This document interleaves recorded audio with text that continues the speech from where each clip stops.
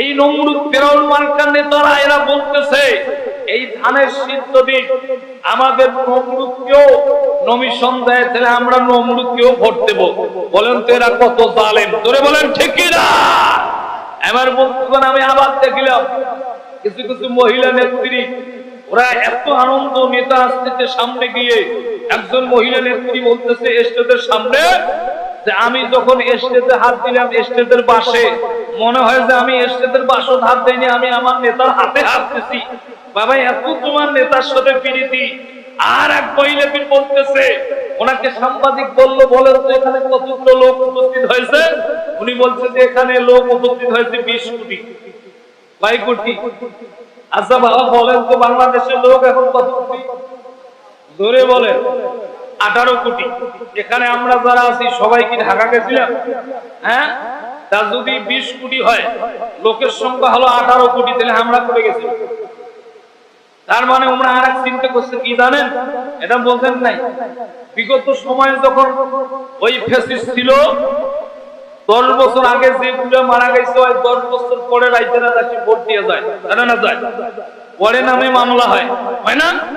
জালেমদের কর্মসূচি হলো মাত্র একটা। বলেন তো কয়টা? আরো জোরে বলেন কয়টা? আমাদের গ্রামে একটা কথা আছে যে লোভে পাপ, আর পাপে কি? জোরে কোন? মৃত্যু বা সর্বনাশ। যা বলেন আপনি, তাহলে লোভে পাপ, পাপে মৃত্যু। আল্লাহ বলছে, ও পৃথিবীর মানুষ, ক্ষমতার চেয়ারে যখন মুমিন বসবে না, কোন নাস্তিক জালেম যখন ওই চেয়ারে বসবে, এই জালেমের কর্মসূচি হলো শুধুমাত্র একটা। সেটা কি? এই দুনিয়াতে জালেমেরা লক্ষ্য করে দেখবে যে ইজ্জতওয়ালা কোন ব্যক্তি আছে, ওটাকে ধর। আলেম কোরআনের হক কথা কে বলে সেটাকে ধর। কে সুন্দরভাবে দ্বীন ইসলাম কায়েমের কথা বলে সেটাকে ধর। কে যুদ্ধের ঘোষণা দেয় সেটাকে ধর। করে বলেন ঠিক না বেঠিক? এই জালেম ক্ষমতার চেয়ারে বসার পরে চিন্তা করতেছে এই আলেমদেরকে ধরতে হবে, বন্দী করতে হবে, জেলখানায় দিতে হবে, আলেমদেরকে ফাঁসির মঞ্চে দিতে হবে, আলেমদেরকে আয়না ঘরে দিতে হবে। যদি আমরা আলেমদেরকে ধরতে না পারি, কোরআনের হক কথা বলবে তাদেরকে ধরতে না পারি, তাহলে এই দুনিয়াতে রাজত্ব করতে পারবো না, বাড়ি গাড়ি করতে পারবো না, ব্যাংক ব্যালেন্স করতে পারবো না। কারণ হলো, আপনারা ভালো করে জানেন, এই জালেম কিন্তু এখন না, পৃথিবীর শুরু থেকে আল্লাহ রাসূল যখন মক্কার ভিতরে 40 বছরের আগ পর্যন্ত ছিলেন, তখন সবাই আমার রাসূলকে ভালোবাসছিলেন। কিন্তু যখন রাসূলের উপরে কোরআন নাযিল হলো, কোরআনের দাওয়াত দেওয়া শুরু করলো, ওই মক্কাতে আমার রাসূলকে ভালোবাসছিলেন যারা, রাসূলের প্রধান শত্রু তখন হয়ে গেলেন তারা। আমার বন্ধুগণ আসেন, বর্তমান সময়ে একটা জিনিস লক্ষ্য করবেন, এই জালেমেরা ক্ষমতার চেয়ারে থাকার কারণে বাংলার জমিনে অসংখ্য আলেমকে ফাঁসি দিল, বাংলার জমিনে অসংখ্য আলেমকে আয়না ঘরে দিল।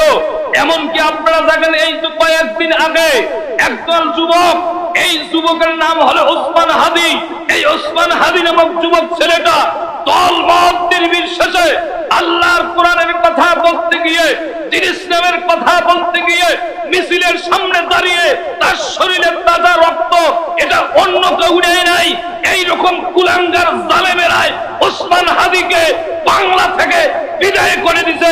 জোরে বলেন ঠিক না বেঠে? এই জালেম শাসকেরা যতক্ষণ পর্যন্ত বাংলার জমিনে থাকবে, ততক্ষণ পর্যন্ত তাদের চিন্তা চেতনা হলো কোরআনের হক কথা বলা না, ততক্ষণ পর্যন্ত তাদের চিন্তা চেতনা হলো এই দুনিয়াতে বড় বড় বাড়ি গাড়ি করতে হবে।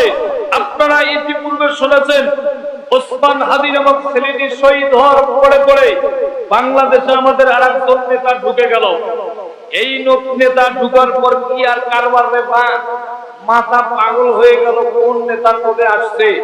আমি ইন্টারনেটে দেখলাম একজন নেতা অল্টু অল্টু ফল্টু, এই নমরুদ ফেরাউন মার্কার নেতারা এরা বলতেছে এই ধানের শীত যদি আমাদের নমরুদকেও নমিশন দেয় তাহলে আমরা নমরুদকেও ভোট দেব। বলেন তো এরা কত জালেম, তোরে বলেন ঠিক কি না?